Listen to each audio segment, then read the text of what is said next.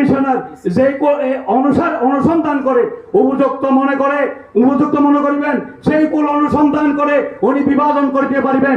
এভাবেই নীতি আমি যদি আপনারা বলেন, আমি কিন্তু এখানে নীতিমালা আমার কাছে ইউনিয়ন পরিষদ গঠন নীতিমালা আছে, সংগৃহীত আছে, আমি ওইটা দেব। আমরা এখানে যেটা আবেদন করেছি এই আবেদন দয়াপাড়া ব্রিজ হয়েছে, ওই ব্রিজে নেমে আমরা খালে নামলাম।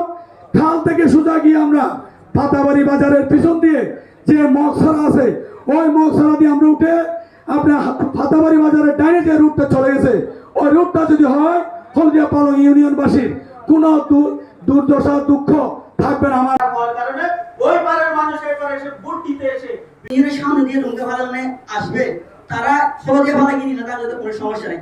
যেমন আমরা পার্শ্ববর্তী রয়েছে ফিল্টেক রয়েছে, মায়ানমার পাশাপাশি একটা আমাদের বড় আছে ফিল্টেক আছে, আমরা হলদিয়াতে আছি।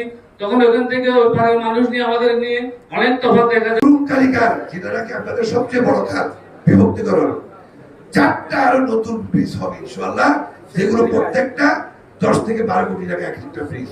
3 বছরের মধ্যে এগুলো করবেন আপনারা। 3 বছরের মধ্যে এই ব্রিজগুলো দিয়ে আপনারা সর্বোচ্চ 3 বছরে আপনাদেরকে বলে দিলাম এই ব্রিজগুলো থেকে টোটাল 6টা ব্রিজ এই দুরূপ কালিকালে হচ্ছে ইনশাআল্লাহ। হলদিয়া পালং ইউনিয়ন নির্বাচনের বিষয়ে মাননীয় সাংসদ